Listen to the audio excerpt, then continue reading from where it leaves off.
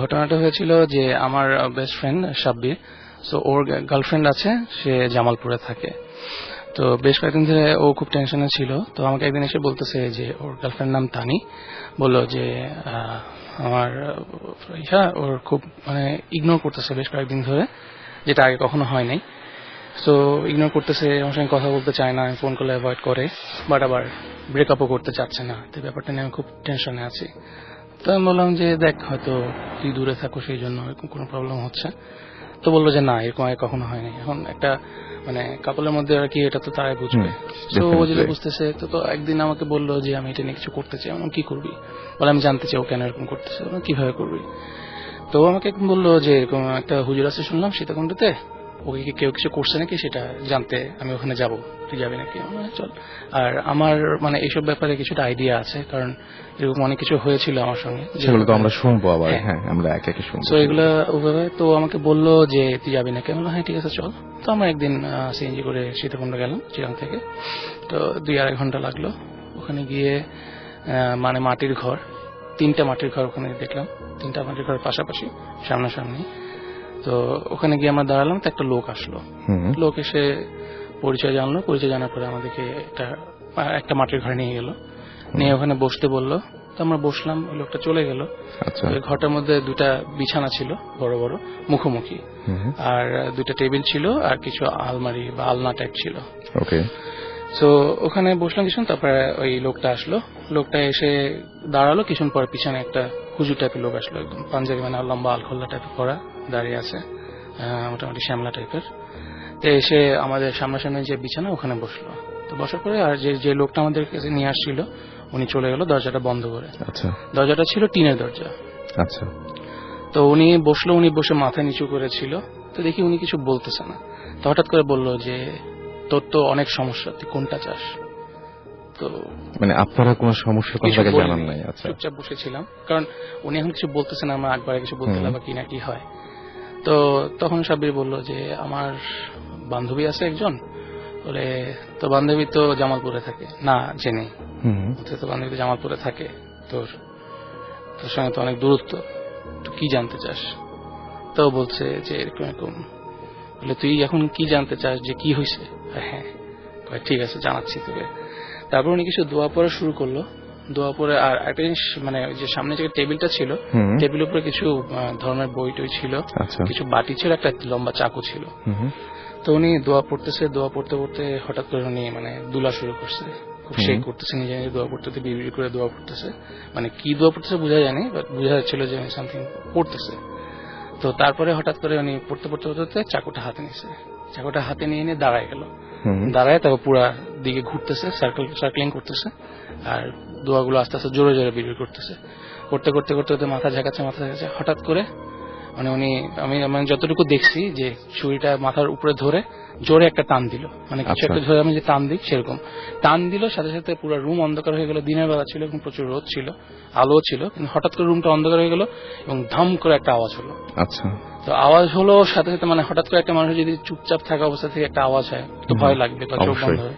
তো আমরা মানে ফর নিয়ারলি 1 সেকেন্ড আমরা একটু চোখ বন্ধ করছিলাম, খুলে দেখি যে দরজাটা খোলা, মানে যে দরজা থেকে উনি আসছিল দরজাটা খোলা, এবং উনি মাটিতে পড়ে আছে। আবার আলো টালো সব দিক দিয়ে আসলো, উনি পড়ে আছে, চাকুটার সামনে পড়ে আছে, জোরে জোরে নিঃশ্বাস নিতেছে। আমরা দেখি খুব ঘাবড়ে গেলাম যে কি হলো এটা। তো কিছুক্ষণ পরে উনি উঠলো, উঠে ওঠার পরে বসলো। তো বলতেছে যে তো বান্ধবী 6টা তাবিজ করছে। আচ্ছা। তো বান্ধবীকে শেষ করে ফেলতে চেতেছে, তোর সঙ্গে যে সম্পর্ক সেটা চায় না, জন্য ওর মাথা নষ্ট করে দিবে এবং ওরে মেরে ফেলবে। আচ্ছা। তো বললো এটা। তো তারপর বললো যে এটা কিভাবে সম্ভব, কে করছে? তো যখন ও বলছে যে কিভাবে সম্ভব, তখন উনি বললো যে তুই যদি দেখতে চাস কি করছে, তাবিজগুলো এখানেই আছে, তুই দেখবি। তো বললো যে হ্যাঁ দেখবো। আচ্ছা। তো তাবিজের কিছু অংশ আমার পাশেই ছিল, মানে মাটির দলা। আচ্ছা। তো আমাদেরকে তখন বললো যে তোদের আশেপাশে দেখ কতগুলো মাটির দলা পড়ে আছে। আসলে দেখলাম আমার পার নিচে, ওর পাশে, আমার পাশে কিছু কিছু মাটির দলা পড়ে আছে। তো প্রথমে ওগুলো ভয় পেয়েছিলাম ধরতে। তো বললো যে এগুলো দেখ কি আছে। মাটির দলা দেখলাম, তো ওগুলো খুলে দেখলাম ময়লা কাপড় দিয়ে পেঁচানো কিছু জিনিস, সবগুলোতেই মোটামুটি। তো তারপর আমরা একটা একটা করে খোলা, মানে সবগুলো সুতা দিয়ে বাঁধা। হুম তো একটা একটা করে খুলে দেখলাম, একটা দেখলাম ছোট হাড্ডি, হুম হুম। আরেকটা দেখলাম চুল, একটা দেখলাম নখ, আরেকটাতে দেখলাম অনেক বড় করে একটা কাগজে দোয়া লেখা লাল কালি দিয়ে। আচ্ছা এরকম এগুলো দেখার পরে ওই টেবিলে রাখলাম।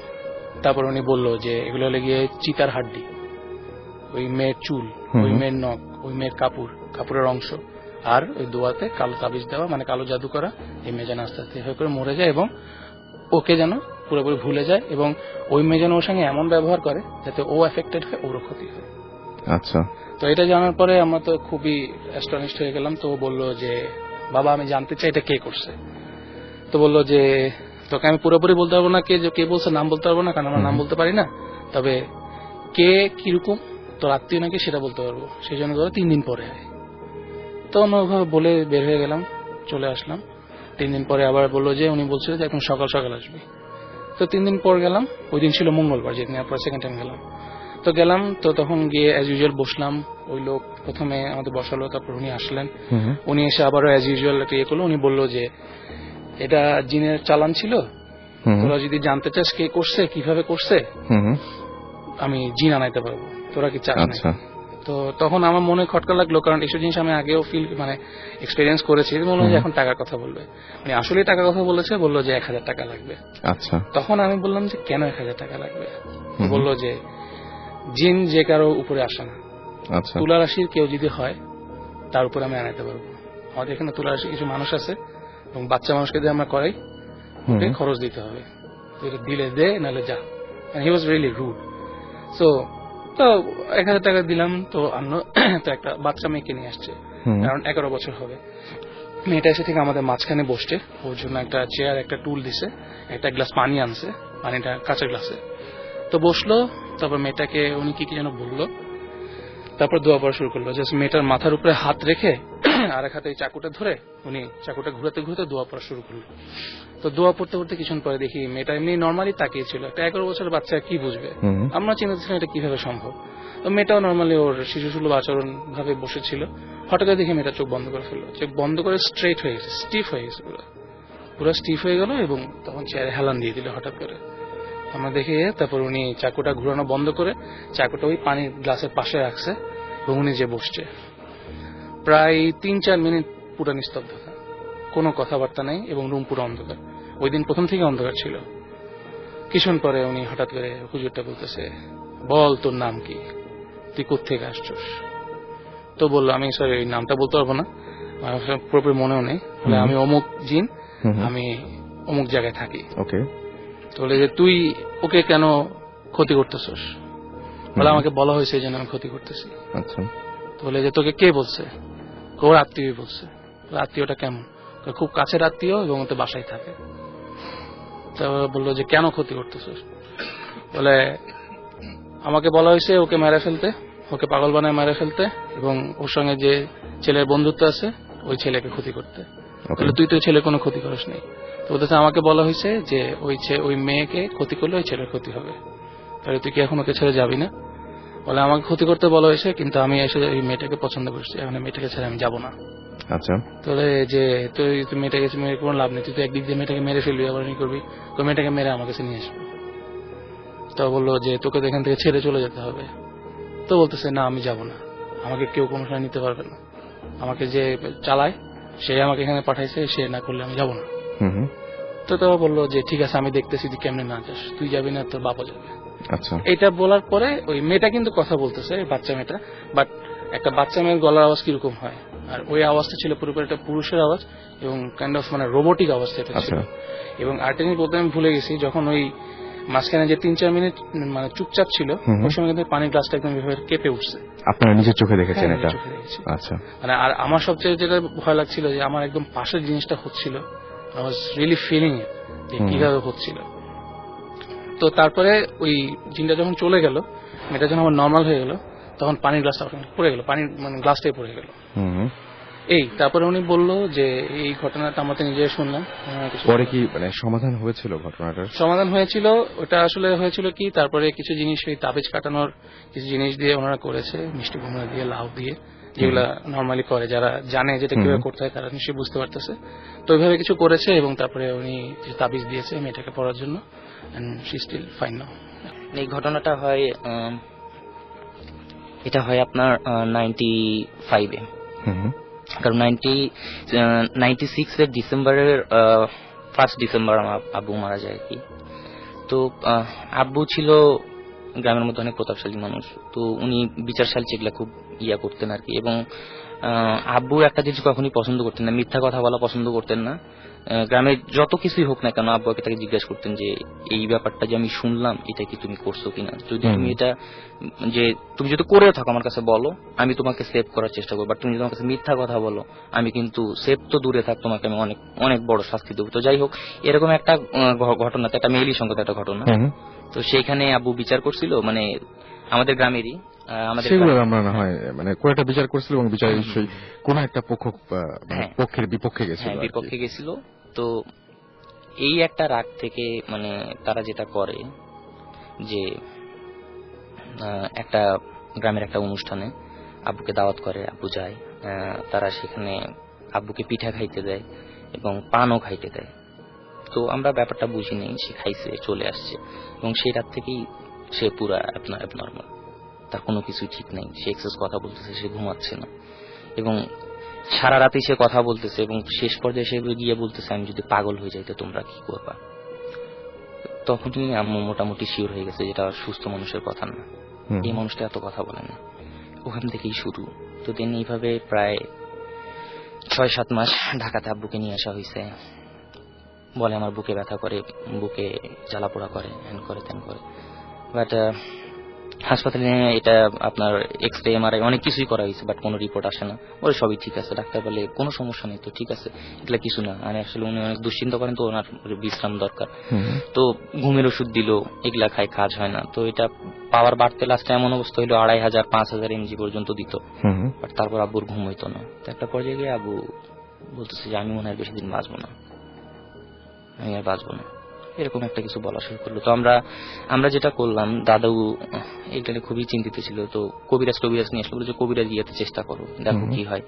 তো আমরা যেটা পাইলাম আর কি, যে কবিরাজ নিয়ে আসা হইলো। তো যে কবিরাজ আসলো উনি বললো যে আপনারা অনেক লেট করে ফেলছেন, অনেক লেট হয়ে গেছে, এই রুগীর তো আর কিছু নেই, আপনারা যদি আরো আগে ট্রাই করতেন বাঁচাইতে পারতেন। আমরা বলি কি হয়েছেটা কি? তো বলতেছে যে দেখেন ওনাকে তো জাদুটনা করছে, জাদুটনা করছে, এটা কি? তো বলতেছে যে দেখেন আমি এভাবে নাম বলতে চাচ্ছি না, কোন একটা বাড়িতে এরকম একটা অনুষ্ঠান ছিল, সেই অনুষ্ঠানে ওনাকে পিঠার মধ্যে আর পানের মধ্যে খাওয়াইছিল। এটা তো ওনার জানার কথা না। না, উনি এইভাবে বলতেছেন। আমরা তখন বলতেছি যে কি খাওয়াইছিল? তো তখন বলতেছে যে শুধু খাওয়াইলে তো না, চতুর্দিক থেকে চেষ্টা করছে, আপনাদের বাড়িটাও বন্ধ করা আছে, আমি এবং কবিরাজ চেষ্টাও করছে যে কোথায় সেই জিনিসটা আছে। বাড়ি বলছিল আপনাদের বাড়িটা বন্ধ করা আছে, বাড়ির ভিতরে মানুষের হাড় পোতা আছে।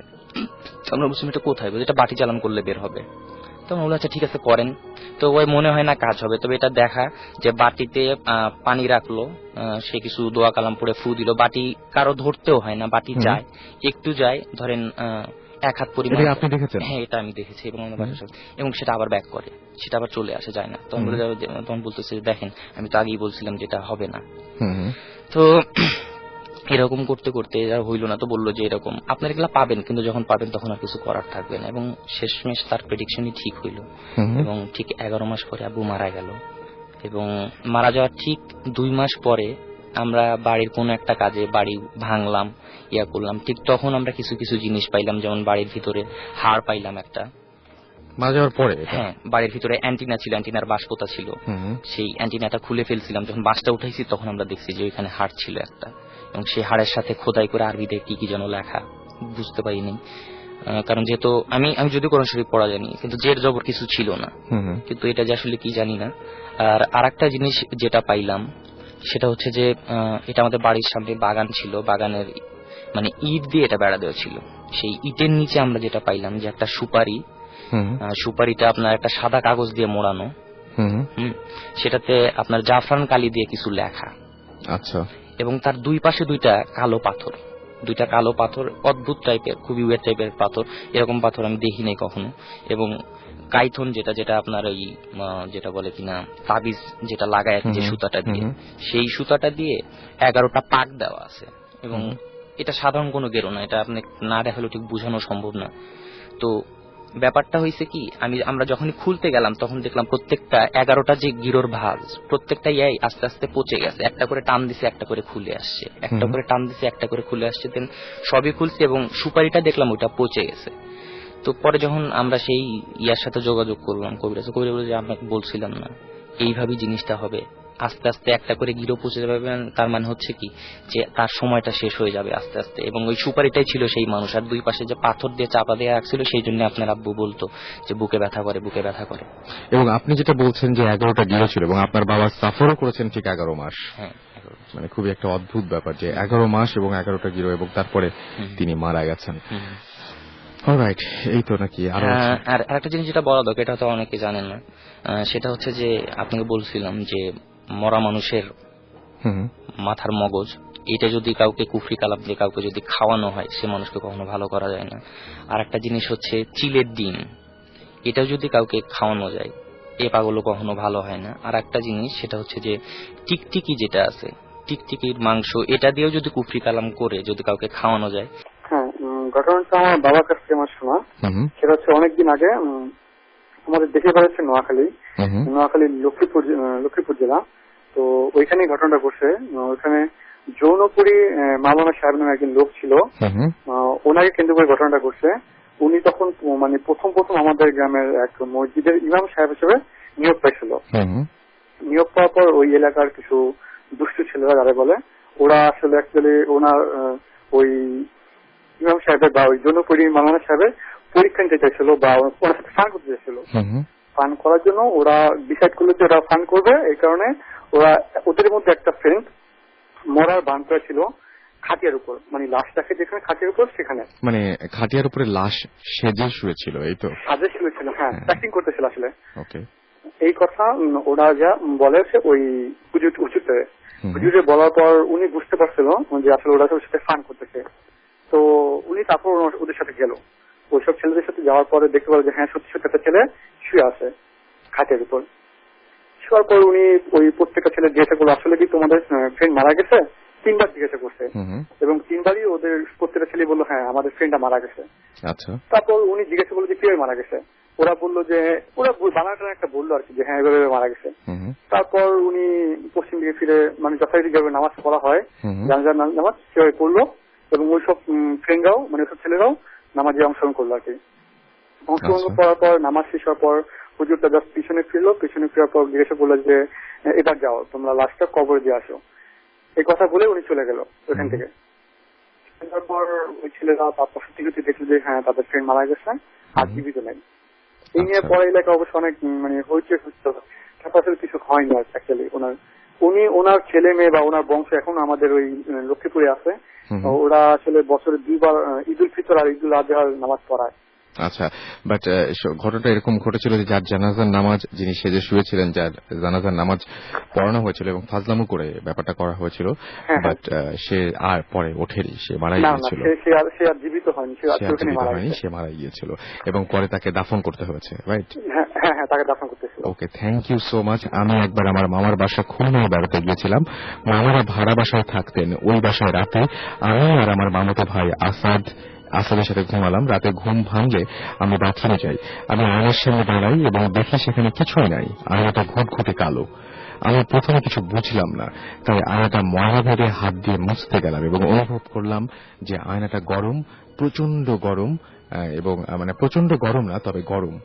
আসাদ ভাইকে বললাম, সে হেসে উড়িয়ে দিল, এবং এই বাসাটা তার মামারা নতুন ভাড়া নিয়েছিল। পরের দিন রাতে, মানে দ্বিতীয় দিনে তার আবারও ঘুম ভেঙে যায়, এবং তিনি তাকিয়ে দেখেন যে আসাদ, মানে যে তার ভাই, বাথরুমে, এবং বাথরুমে লাইট জ্বলছে। আমি ঘুমিয়ে পড়ি। কিছুক্ষণ পর আবার ঘুম ভেঙে যায়। আমি দেখি এখনো বাথরুমে লাইট জ্বলছে। এত সময় আসাদ ভাই বাথরুমে থাকার কথা না। আমি আসাদ ভাইয়ের নাম ধরে ডাকতে থাকি, কিন্তু কোনো সাড়া পাই না। পরে আমি আমার মামাকে ডেকে আনি। লকের চাবি ছিল না, তাই লকটা ভেঙে বাথরুমে ঢুকলে দেখি আসাদ ভাই বাথরুমে পড়ে আছেন। পরে জানি আসাদ ভাই নাকি বাথরুমে দেখেছিলেন যে বাথরুমে রক্ত, চাপ চাপ রক্ত। কিছুদিন পর আমি তখন বাসায় চলে এসেছি। ঘটনা আসাদ ভাইয়ের মুখ থেকে শোনা। আমার মামি একদিন রাতে বারান্দায় বসেছিলেন, রাত 12টা হবে, মামিও বাসায় আসেননি, তাই মামি অপেক্ষা করছিলেন। হঠাৎ মামি খেয়াল করলেন যে বারান্দার দেয়ালে যে ছায়া পড়েছে তা ওনার না। মামি বসেছিলেন মাথায় কাপড় দিয়ে, কিন্তু দেয়ালে যে ছায়া পড়েছিল তার মাথায় কাপড় ছিল না, আর মনে হচ্ছিল খুব বৃদ্ধ মহিলার ছায়া। মামি খুব ভয় পেলেন। এর কিছুদিন পর মামি অসুস্থ হয়ে পড়েন। মামিকে কোনোভাবে সুস্থ করা যাচ্ছিল না। একদিন মামি প্রচন্ড চিৎকার করে উঠলেন। সবাই মামির ঘরে দৌড়ে গেলেন। মামি চিৎকার করে বলছিলেন, ওই বুড়িটা যায়।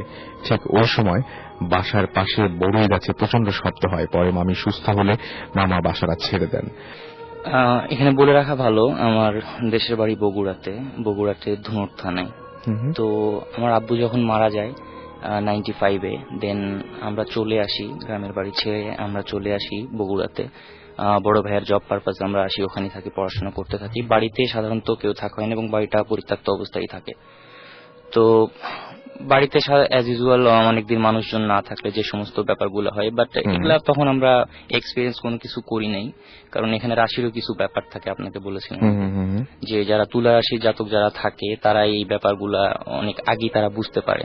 তো আম্মু অনেক কিছু দেখলেও ব্যাপারগুলো আমাদের কাছে হাইড করে গেছে, বলেনি। তো ঘটনা যেটা হয় যে 2004-এ আমি আম্মুর সাথে গ্রামের বাড়িতে বেড়াতে যাই। তো রাত্রে খাওয়া দাওয়া শেষ। আর একটা জিনিস বলা দরকার, সেটা হচ্ছে আমাদের গ্রামে এখন পর্যন্ত ইলেকট্রিসিটি আসে নাই, একটা নিভৃত পল্লী। তো সেখানে হ্যারিকেন বা কুপি যেটাই বলেন, এটা দিয়ে রাত্রে আধারটাকে দূর করতে হয়। তো রাত্রে খাওয়া দাওয়া শেষে আমি আমার ঘরে গেলাম শোয়ার জন্য। তো আম্মু বলতেছে, তুমি ওই ঘরে থাইকো না। তো আমি বলতেছি, কেন, কি সমস্যা? তো বলতেছে, না ওই ঘরটা ভালো না, ওখানে একটু প্রবলেম আছে, তোমার ওখানে যাওয়ার দরকার নেই। তো আমি বলতেছি, কি প্রবলেম আছে, ভূত টুত আর এগুলো কিছু না। তো বলছে, না ওরকম কিছু না, থাক তুমি থাইকো না, তুমি আমার কাছে থাকো। তো আমি আর আম্মুর কথা শুনলাম না, আমি রাত্রে গিয়ে শুয়ে পড়লাম। তো কেন আমার ঘুম আসতেছে না, তখন শরৎকাল ছিল, জ্যোৎস্না রাত, আমার ঘরের জানালাগুলা খোলা। তো রাত অলমোস্ট 12:30, হারিকেনের আলো কমানো ছিল। শুয়ে আছি আমি, শুয়ে জানালার দিকে তাকিয়েছিলাম, তো ঘুম আসতেছে না। গ্রামের রাত 12:30 মানে অনেক রাত, সবাই ঘুম। তো জানালার দিকে তাকায় আছি, এরকম হঠাৎ একটা সময় দেখলাম যে জানালা দিয়ে কিছু একটা ছায়ার মতো এসে ঢুকলো আমার রুমে। তো আমি প্রথম ভাবছি আমি কি ভুল কিছু দেখলাম কিনা। তো আমি সাথে সাথে উঠে বসছি এবং হারিকেনটা জ্বালাইতে গেছি, যেহেতু সেটা কমানো ছিল। তো যখন জ্বালাইতে গেছি সেই মুহূর্তে সেটা নিভে গেছে আর কি। তো আমি ভাবলাম যে অনেকক্ষণ কমানো ছিল, তো হয়তো ভিতরে গ্যাস জমছে, এই জন্য অফ হয়ে গেছে। তো আমি আর কিছু মনে না করে আমি জাস্ট শুয়ে পড়ছি। তো শুইছি, ঠিক 2 মিনিট পর যেটা হয়েছে যে আমি শুয়ে আছি বালিশে, পিছন থেকে এসে আমার মুখের উপরে হাত উঠাই দিছে, 2টা হাত দিয়ে আমার মুখটাকে চাপ দিয়ে ধরছে এবং তার হাতের 2টা হাতের কবজি জাস্ট আমার মুখের উপর, পুরো মুখটা বন্ধ হয়ে আছে, নিঃশ্বাস নিতে পারতেছি না। এবং এটা এত ওজন যে 35 কেজির কম হবে না, এবং আমার মনে হচ্ছে যে আমার হাড়টা এগুলা ভেঙে ঢুকে যাচ্ছে মুখের হাড়টা সবকিছু। তো এরকম লাগতেছে এবং হাত অসম্ভব ঠান্ডা, বরফের মতো হাত ঠান্ডা। আমি অনেক চেষ্টা করতেছি তাকে হাতটা সরানোর, বাট আমি পারতেছি না। লাফালাফি করতেছি, বিছানায় ছটফট করতেছি, বাট চিল্লাইতেও পারতেছি না কারণ মুখটা বন্ধ। তো অনেক এরকম প্রায় 3-4 মিনিট এরকম চলতেছে। তো অনেক কষ্টে আমি তার যেটা করলাম, ফার্স্টে আমি তার ডান হাতটা ধরছি, তার ডান হাতে কবজিটা ধরছি। কবজিটা ধরার পর আমি যেটা করছি যে কবজিটা ধরে তার হাতটা আমি সরাই দিছি। এবং তখন আমার ডান চোখ খোলা, আমি দেখতেছি যে বাইরে চাঁদের আলো। বাট তারপরে যেটা হলো, সে সাথে সাথে আবার মুখের পুরো আবার হাত দিছে সে। তখন আমি তো শিওর হয়ে গেছি যে আমি তো ঘুমাইনি বা আমাকে বোবা ধরছে, এরকম কিছু না, আমি ব্যাপারটা সত্যি সত্যি দেখতেছি। তো দেন আমি আবার চেষ্টা করতেছি, তার 2টা হাতে কবজি ধরলাম।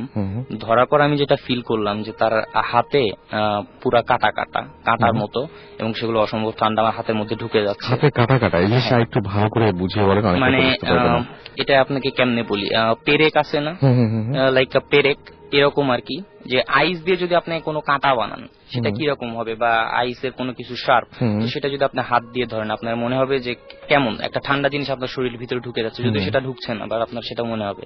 তো আমি সেই টুকুটা ধরলাম, ধরে আমি অনেক কষ্টে উঠে বসছি এবং তাকে 2 হাত দিয়ে জোরে আমি ছুড়ে দিছি জানালা। এবং জানালাতে লাগার পর এত জোরে শব্দ হয়েছে যে আম্মু পাশ থেকে জেগে গেছে, আম্মু কি হয়েছে। তো আমি কথা বলিনি, এবং আমি যেটা দেখলাম যে সেই এরকম একটা অবয়ব ছায়া সেটা জানালা দিয়ে বের হয়ে গেল, কিন্তু কি তাকে আমি ওইভাবে ঠিক দেখতে পাইনি। তবে আকৃতিতে যেটা মনে হয়েছে সেটা মানুষের মতোই, আসলে একটু মানুষ না। দেন আমি উঠে আসছি, আমি ঘেমে গেছি পুরো, আমি ডাইনিং এ আসছি, পানি ঢালছি, পানি খাইছি। তো আম্মু উঠে আসছি, বলতেছে কি হয়েছে তোর? তো আমি বলছি যে না কিছু না, চুপ করে আছি। তো তারপরে যেটা হইলো, আম্মু এসে কাছে বসে বলতেছে কি হয়েছে কি তোর? তো আমি বললাম যে আম্মু এরকম এরকম দেখলাম। তো আমি বললাম আমি ওই জন্যই তোমাকে বলছিলাম যে তোমার ওই রুমে থাকার দরকার নেই। আচ্ছা। তো তারপরে আর কিছু দেখি নাই, ওইটা তো ওইটাই শেষ, আবার ওই ঘরেই ছিলাম। তবে আর আদার্স কিছু এক্সপিরিয়েন্স ওখানে আর ওইভাবে করি নাই। আচ্ছা। তার ঠিক 1.5 বছর পরের ঘটনা, যে আমাদের গ্রামে এই বর্ষাকালে যখন, এখন তো মানে জমিতে কোনো ধান থাকে না, বর্ষা হয়, বর্ষা হইলে পানি আসে, নতুন পানি, আর সেই পানিতে রাত্রে আমরা যেটা করি গ্রামের ছেলেরা সবাই মিলে আমরা আলো নিয়ে যাই এবং পলি দিয়ে মাছ মারি, আলো ধরে মাছ মারা যেটা বলে। এবং মাছ মারা আমাদের অনেক বড় একটা হ্যাবিট। আর তার চেয়ে বড় কথা হচ্ছে আমরা নর্থ বেঙ্গলের মানুষ, মানে নদীর সাথে আমাদের সম্পৃক্ততা বেশি এবং মাছের সাথে আমাদের সম্পৃক্ততা বেশি। তো মাছ এখানে এক একজন এক এক ভাবে মারে, কেউ পলি দিয়ে মারে বা কেউ কাঁচি দিয়ে মারে। যেমন আপনাকে একটু বুঝাই বলি, যে যখন একটা অল্প পানিতে ধরেন গোড়ালি পরিমাণ বা 1 হাঁটু পরিমাণ পানিতে খুব পাওয়ারফুল টর্চ লাগে, ধরতে হয়, আলো ধরলে মাছ আলোতে সম্মোহিত হয়ে যায়, মাছটা নড়ে না, তখনই মাছটাকে ধরা হয়। তো কিছু কিছু মাছ যেমন শিং মাছ, মাগুর মাছ, এই মাছগুলোতে তো কাঁটা আছে, তো এগুলো সাধারণত ধরে না, এটাকে কাঁচি দিয়ে কোপ দেয় যাতে মাছটা সাথে সাথে হয়ে যায়। তো যাই হোক, আমরা মাছ মারতে গেছি, আমরা 4 জন গেছি সেই রাতে। আম্মু এগুলা মোটেও পছন্দ করে না, বাট আমি এগুলা কখনোই শুনতাম না, এবং আমি এক ঘরে থাকতাম, এবং আম্মু জানে যে আমার ছেলে খুবই ভালো, আমি তাকে না যেটা করবো সে সেটাই আগে করবে। তো এরকম এক রাতে এরকম প্ল্যান করে রাখছি আর কি, যে আচ্ছা ঠিক আছে যাব। আমার পাড়ারও কিছু ভাই আছে, আমরা 3-4 জন মিলে প্ল্যান করছি যে আমরা যাব। তো আমাদের একটা সিগন্যাল আছে আর কি, আমি আমার রুমে থাকি, আর আমাদের গ্রামের মধ্যে আমার সবচেয়ে প্রতাপশালী মানুষ আর কি। তো সে এসে আমার জানালাতে নক দিয়েছে যে এই ঘুমাইছিস নাকি? আমি বলছি না ঘুমাইনি। তো ওঠো। তো উঠছি, উঠে বের হয়ে গেছি, পলি টলি নিয়ে, লাইট টাইট নিয়ে বের হয়ে গেছি। তো গিয়ে আমরা চলে গেছি বিলের পাড়ে যে জমিগুলো সেগুলাতে পানি। তো আমরা নামছি অলরেডি, তো নেমে আমরা মাছ পাচ্ছি, প্রচুর মাছ পাচ্ছি, আমরা 4 জন আমরা মাছ মারতেছি। তো মাছ মারতে মারতে কিছুক্ষণ পরে যেটা হইলো, আমরা দেখতেছি একটা বেশ বড় একটা শোল মাছ, অনেক বড়। তো এটা দেখে আমাদের সবার টার্গেট যে এই মাছটাই মারতে হবে। কিন্তু মজার ব্যাপার হলো, আমরা 4 জন মিলে ওই মাছটাকে দেখতেছি, এবং মাছটাকে যখনই আমরা পলো বা কাঁচি নিয়ে সেটাকে মারার চেষ্টা করতেছি, মাছটা আস্তে আস্তে সরে যাচ্ছে।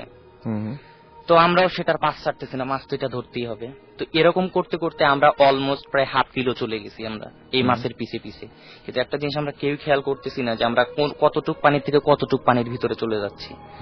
একটা পর্যায়ে গিয়ে মানে ওই বিলের পাশে একটা অনেক বড় একটা কবরস্থান আছে, আমরা অলমোস্ট সেই দিকে চলে গেছি, এবং সেখানে আর কিছু দূর গেলে ওখানে আর মানে অথাও পানি। তো আমরা যখন অলমোস্ট কোমর পানিতে চলে গেছি, তো তখন তাদেরও খেয়াল নেই, মাছ ধরতে হবে, আমরা তো দেখতেছি মাছ সামনে, কিন্তু এটা দৃষ্টিভ্রম না। 4 জন মানুষ কেমনে আমরা দৃষ্টিভ্রম হই সেটাও না। তো আমি পরে আমার পাশে যে কাজিন ছিল, আমি তার হাতটা ধরছি, আমি হাত ধরেছি, কই যাস? মাছ ধরতে হবে, এই মাছ তো এইটা তো ছাড়া যাবে না। আমি কইছি এটা তো মাছ না।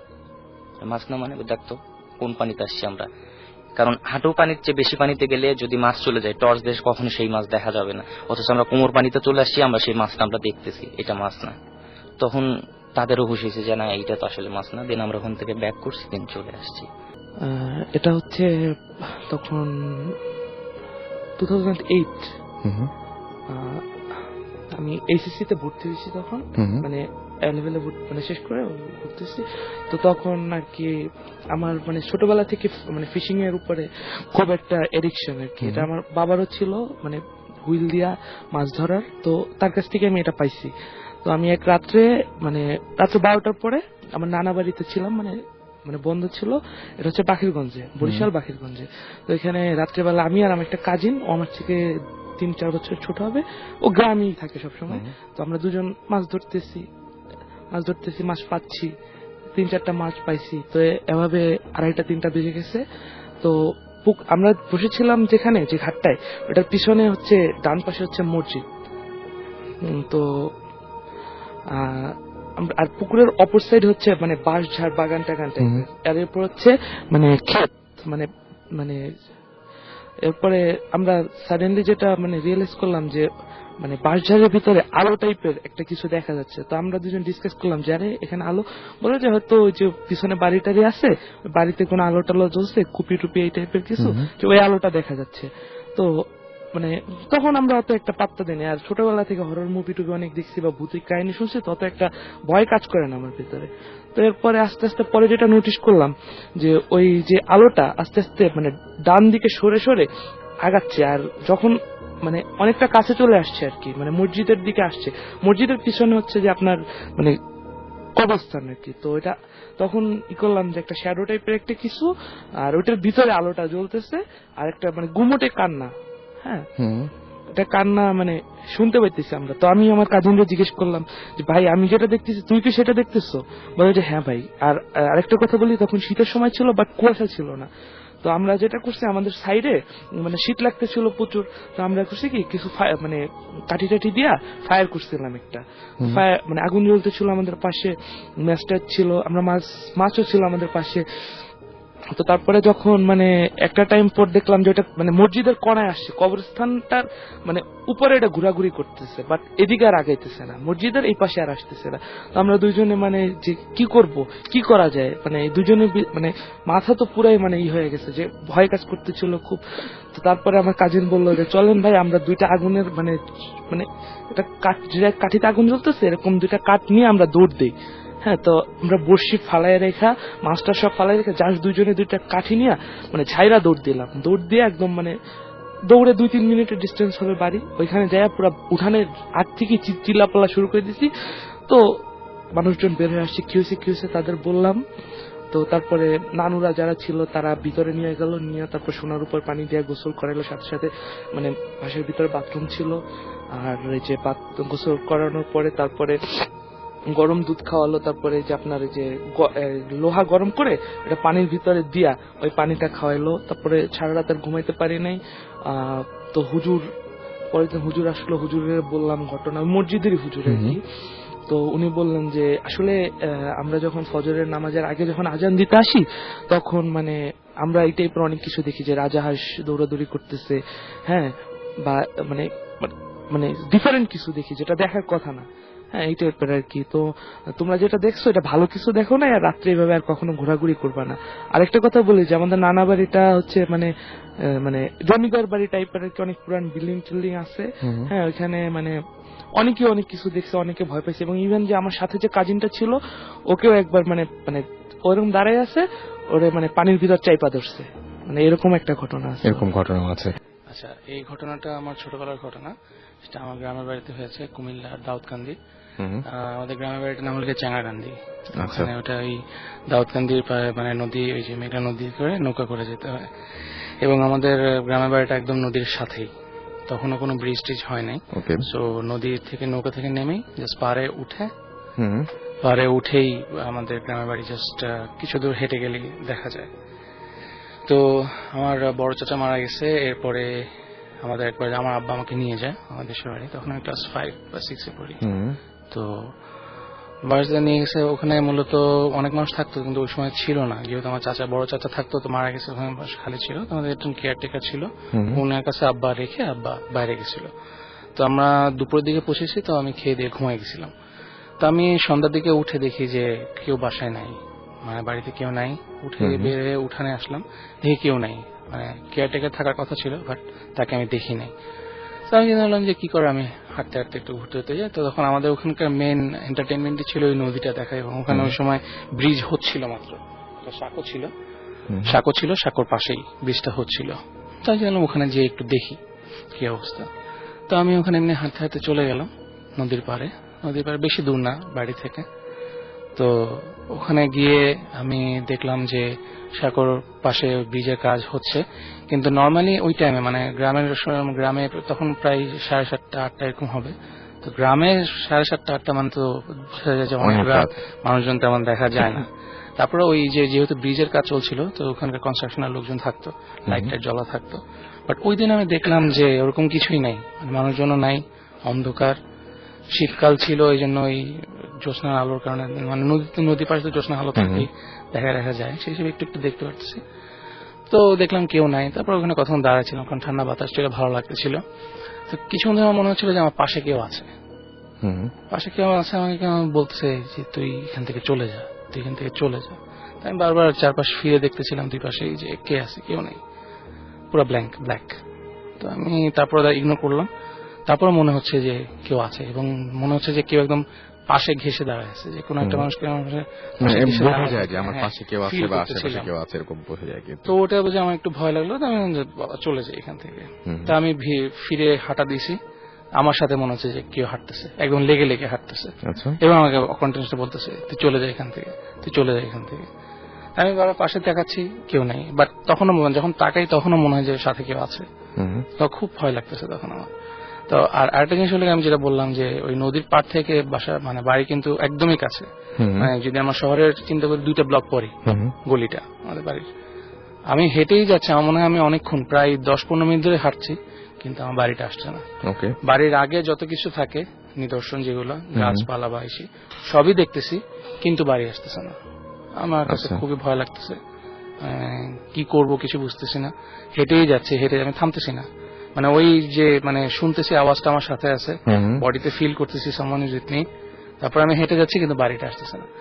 তখন আমি দোয়া দূর তেমন জানতাম না, তখন আমি শুধু আল্লাহ আল্লাহ আল্লাহ আল্লাহ করতেছি। তো হাঁটতে হাঁটতে অনেক দূর থেকে দেখি হঠাৎ করে সাদা কাপড় পরা কেউ একজন আসতেছে। তো কিছু দূর যেয়ে দেখি যে একজন হুজুর দাঁড়িয়ে আছে, উনি আসতেছে। আমি দেখে মানে খুব রিলিভড হয়েছি যে আমি এখন এই হুজুরের কাছে যাব। তো ওনার কাছে যেতে যেতে উনি আমার কাছে চলে আসছে। তো হুজুর সামনে আমার দাঁড়াইছে, আমি হুজুরকে বলছি যে হুজুর আমি তো পথ চিনতেছি না। হুজুর আমাকে বললো তুমি খোকন সাহেবের ছেলে না? আমার আব্বার নাম খোকন। তো বললো যে হ্যাঁ। আমি বললো হ্যাঁ, কি বলে আমি আমার বাড়ি খুঁজে পাইতেছি না। তো আমাকে জাস্ট হাত দিয়ে ইশারা করে দেখালো যে তোমার বাড়ি তো এই যে। ঘাটটা ঘুরে বাড়ির দিকে তাকালাম, দেখলাম আসলে সেই গলি, এবং সঙ্গে সঙ্গে উইদিন 1 সেকেন্ড যে হুজুরকে বলবো যে হ্যাঁ হুজুর পাইছি বা থ্যাংক ইউ জানাবো, দেখি কেউ নেই, একদম সামনে পিছিয়ে কোনো জায়গায় কিছু নেই।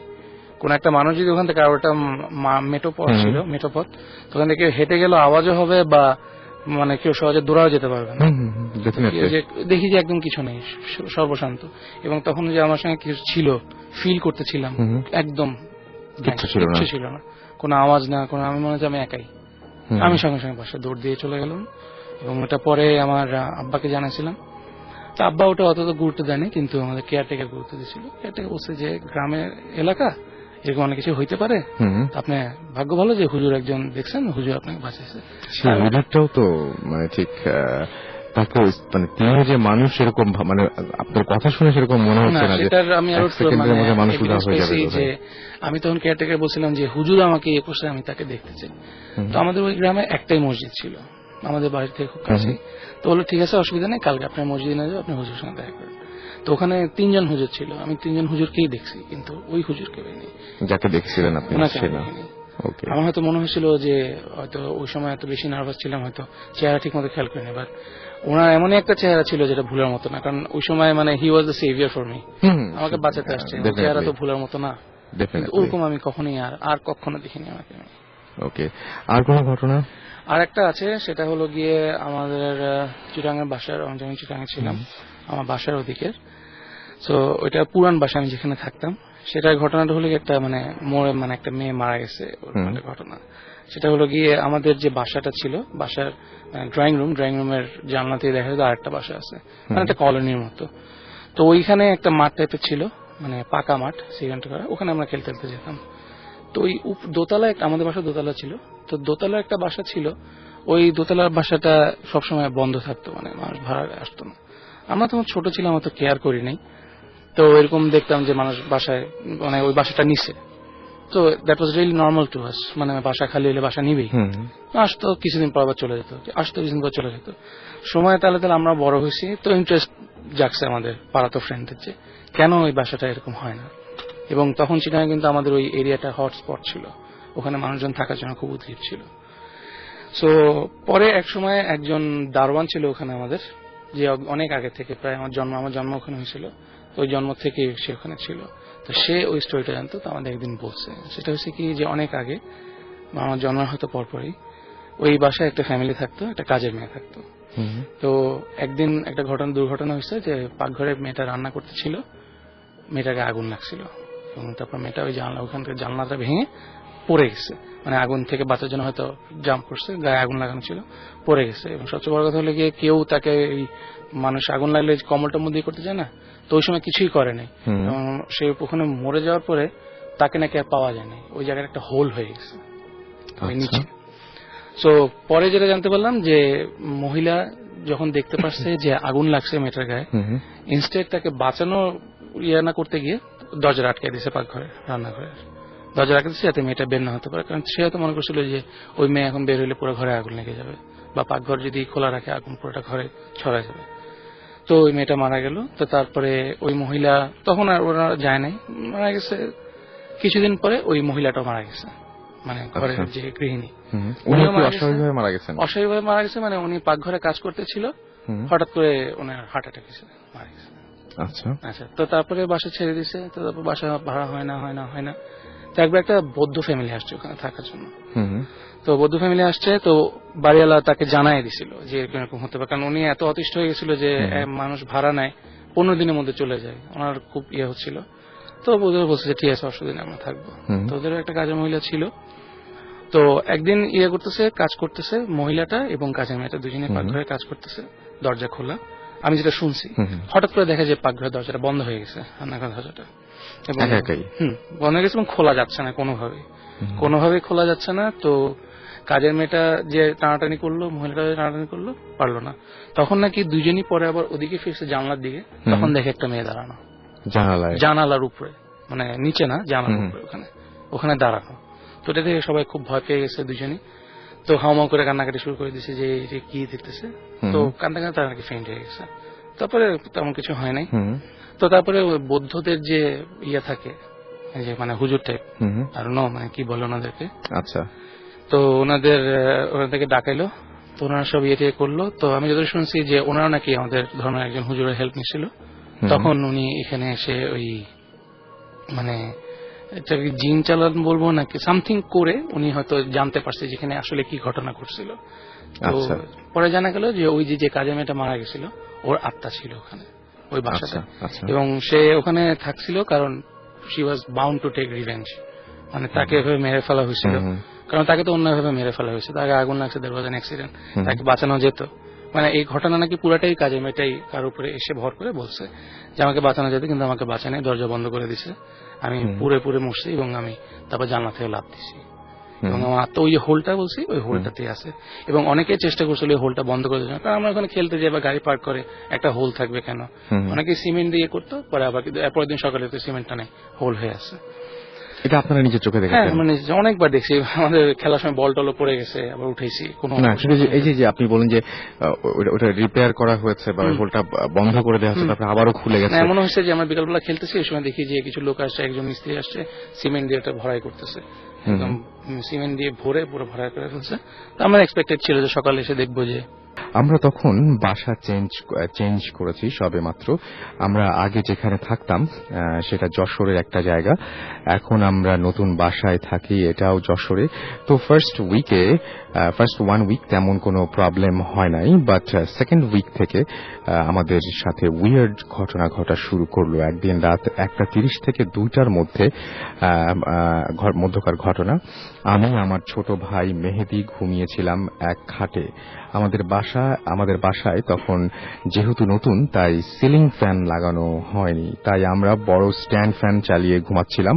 হঠাৎ করে ফ্যানটা ঘটঘট সাউন্ড করে বন্ধ হয়ে গেল। আমরা সেই সাউন্ড শুনে উঠে গেলাম, ভাবতে লাগলাম কি হলো। ঠিক তখনই আমরা একটা কান্নার আওয়াজ পেলাম। আওয়াজটা একটা বোবা মানুষের গোঙানোর সাউন্ডের মতো। একটা বোবা মানুষ কাঁদলে যেমন সাউন্ড হয় তেমন। আমরা বেশ কিউরিয়াস হয়ে উঠলাম এবং ঘটনাটা জানার জন্য আমরা চেষ্টা করলাম। আমরা ফিল করলাম যে সাউন্ডটা টয়লেট থেকে আসছে। আমরা টয়লেটের লাইট অন করলাম, বাট কিছুই পেলাম না, ইভেন কান্নার আওয়াজটাও থেমে গেল। তারপর আবার বেডের কাছে আসতেই দেখলাম যে ফ্যানটা আবার চালু হয়ে গেল। এবার আমরা বেশ ভয় পেয়ে গেলাম। আমরা ওই রাতে পাশের রুমে গিয়ে ঘুমালাম। আমরা ঘটনাটা বড়দের জানালাম, তারা ব্যাপারটা ইগনোর করলো, বলল তোমরা মনে হয় ভুল কিছু শুনেছ। কিন্তু আমার ছোট ভাই ওই রুমে ঘুমাতে চাইলো না, বাট আমার মধ্যে একটা কিউরিওসিটি থেকেই গেল এবং আমি দোয়া দুরুদ পড়ে নেক্সট রাতে আবার রুমে একা ঘুমাতে গেলাম। আমার ওই রাতে টেনশনে ঘুম আসছিল না। আমি টয়লেটে গেলাম, টয়লেট থেকে বেরিয়ে আসার সময় একটা বাজে স্মেল পেলাম। আমি স্মেলটা ফিল করে বুঝতে পারলাম যে একটা মরা কোনো কিছুর স্মেল আসছে। তারপর আমি মুখ ধুলাম বেসিনে। হঠাৎ আমার চোখ পড়ল মিররে। আমি দেখলাম আমার পেছনে কালো কি একটা দাঁড়িয়ে আছে। পেছনে ফিরতে দেখি কেউ নাই। এরকম কিছু ঘটনা ঘটলো ওই রুমটাতে। তারপর একদিন ওই রুমের কম্পিউটারটা নষ্ট হয়ে গেল। ফার্স্টে তেমন ইম্পর্টেন্স দেয় নাই, বাট তারপর একে একে ওই রুমে অন্য সব ইলেকট্রনিক জিনিসপত্র যেগুলো ছিল সেগুলো নষ্ট হয়ে গেল, যেমন টিভি, ওয়াল ক্লক, তারপরে মোবাইল ফোন, এগুলো সব নষ্ট হতে শুরু করলো। তারপর বুঝলাম যে ওই রুমে আসলেই কিছু একটা প্রবলেম আছে। আবার ওই রুমে শোয়ার সময় মাঝে মাঝে কলিং বেলের সাউন্ড পেতাম, বা ডোরের কাছে গিয়ে কাউকে দেখতাম না। গেস্ট আসলে ওই রুমে রাতে ঘুমালে তারা খারাপ খারাপ স্বপ্ন দেখত। প্রায় সবাই ড্রিম দেখত যে তারা মারা যাচ্ছে, তাদের লাশ নিয়ে দাফন করা হচ্ছে। এমন অনেক ঘটনা ঘটার পর আমরা হুজুর ডাকলাম। তিনি এসে তার পালিত এক জিনের মাধ্যমে জানালেন যে ওই রুমটাতে একটা খারাপ জিন আছে এবং একটা খারাপ জিনের আসর আছে ওই রুমের উপরে। তিনি ওই রুমটা বন্ধ রাখতে বললেন আর দোয়া তাবিজ দিয়ে ঘরটা বন্ধ করে দিলেন। আজও আমরা ওই রুমের দরজায় কান দিলে কারো কাশির কারো কান্নার শব্দ, হাসির শব্দ, এই সমস্ত পাওয়া যায়। ঘটনাটা হচ্ছে এরকম যে আমরা জাস্ট আমার জানুয়ারি লেভেল এক্সাম কমপ্লিট হয়, তো সে টাইমটাতে জানেন যে most of the school college of থাকে। তো আমি আমার বেশ কিছু ফ্রেন্ড সহ আমরা চাঁদপুর গেলাম। তো আমার প্যারেন্টস ছিল না আমার বাসাতে, তো ফ্রেন্ডরা যাচ্ছি, মজা টজা করি প্রতিদিন। তো আমাদের একটা অভ্যাস ছিল কি আমরা প্রতিদিন রাতে মুভি দেখতাম, ঠিক আছে। আর আমি মাঝে মাঝে আমার বাসার রুফে গিয়ে গিটার প্র্যাকটিস করতাম। বাসা অনেক রাশ হতো, ফ্রেন্ডরা আছে। তো অ্যাজ ইউজুয়াল প্রতি রাতের মতন সে রাতেও জাস্ট আমি কটা বাজে তখন 1:30 2টার মতন অলমোস্ট আমি রুফে গেলাম। আমার বাসাটা দোতলা ছিল। তো রুফে গিয়ে আমি জাস্ট গিটার প্র্যাকটিস করতেছি, জাস্ট অ্যাজ ইউজুয়াল মতন হঠাৎ করে আমার কানে একটা নয়েজ, মানে একটা নুপুরের শব্দটা যেরকম হয় না, এরকম একটা সাউন্ড লাগে। তো ফার্স্টে ব্যাপারটাকে তেমন পাত্তা দিইনি, আমি আমার মতোই ছিলাম। তো হঠাৎ করে এক সময় মনে হলো যে দেখি কি হচ্ছে। তো আমি জাস্ট একটু ডান দিকে ফিরে দেখলাম যে হোয়াইট কালারের ড্রেসের মতন, মানে ফিগারটা almost female figure, white colour dress পরা, বেশ টল। তো তখন শীত ছিল ডেফিনেটলি জ্যান, তবে অত বেশি কুয়াশা ছিল না, মোটামুটি রকম কুয়াশা ছিল। তো এরপর আমি কি কোনো ইলিউশনের মধ্যে ছিলাম কিনা আমি জানি না। আমি কি আমার ফ্রেন্ডদের নিচে গিয়ে ডাকতে পারতাম, ডাকবো না দৌড় দিব না কাছে গিয়ে জিজ্ঞেস করবো। তো এরকম প্রায় 1 মিনিটের মতন আমি স্টিল যে ফিগারটা দেখলাম সেটা স্টিল ছিল। তো এরপর একটা টাইম আমি হঠাৎ দেখতেছি যে ফিগারটা ছিল সেটা উল্টো হাঁটছে, ঠিক আছে। তো আমি জাস্ট ওটাকে ফলো করতেছি, হাঁটতেছি। তো হঠাৎ করে আমি দেখতেছি যে তখন আমার সেন্স কাজ করতেছিল না এরকম ভাবে, কিন্তু আমি দেখতেছি যে ফিগারটা যেটা ছিল ওটা রুফের বাইরে চলে যাচ্ছে। আমি কি করব না ভেবে আমি ওটাকে ফলো করতেছি। তো হঠাৎ করে আমি রুফ থেকে পড়ে যাই। তো এরপর বলতে পারবো না আর কিছু। তো পরে যখন আমি আমাকে ডিসকভার করি হসপিটালে, তো যেটা জানি যে পরে আমার তখন অনেক জ্বর ছিল, আমার হাত ভেঙে যায় রুফ থেকে পড়ে, আমার কোনুই আমি ব্যথা পাই খুব বেশি রকম করে। তো সে সময় তো আমার অপারেশন চললো, ভালো হলাম, বাসায় ব্যাক করলাম। তো এরপর আপনি জাস্ট ওই মেয়েটাকে কোনো কারণ ছাড়াই, বা ওই যে যা দেখেছিলেন একটা ফিগার, যেটাকে বলছেন আসলে ঠিক মেল না ফিমেল আপনি বলতে পারেন, বাট ফিমেল ফিগারের মতো, এবং সেটাকে আপনি জাস্ট ফলো করে যখন ছাদের শেষ প্রান্তে চলে গেছেন তখন আপনার কোনো সেন্স কাজ করে নাই। এক সময় আপনি ছাদ থেকে নিচেই পড়ে গেছেন এবং তারপরে আপনি নিজেকে ডিসকভার করেছেন হসপিটালে। অলরাইট, তারপর যেটা হয় যে এরপর তো আমি বাসায় ব্যাক করি। তো ফার্স্ট কয়েকদিন তো আমার পাশে অনেকে ছিল, আমি হসপিটাল থেকে আসছি মাত্র, আমার ফ্র্যাকচার গুলো তখন ওভাবে শুকায়নি, অপারেশন হয়েছে।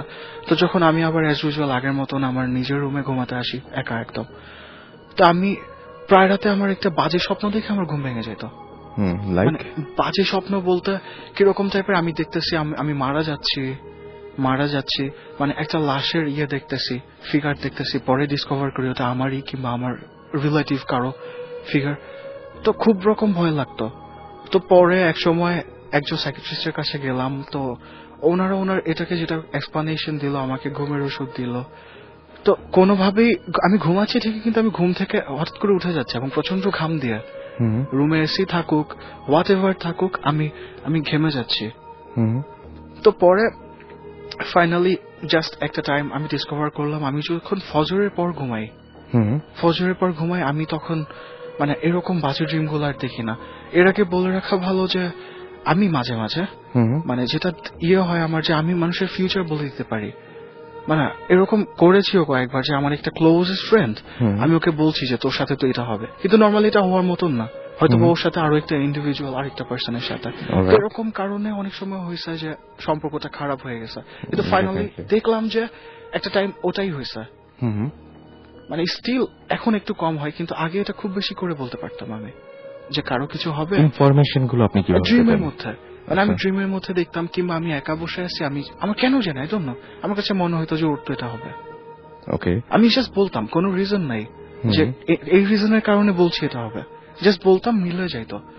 তো পরে এক সময় এখনো জাস্ট যখন আমি ফজরের আগে ঘুমাতাম, তো তখন দেখতাম ফাইনালি একটা টাইম এটা ডিসকভার করার পর আমি আজকে প্রায় 3 বছরের মতন, এটা 07 এর ঘটনা। তো এরপর থেকে এখন পর্যন্ত আমি কখনোই ফজরের আগে ঘুমাই না। আমি যখন ফজরের পর ঘুমাই তখন আল্লাহর রহমতে আমি তেমন কিছু আর দেখি না।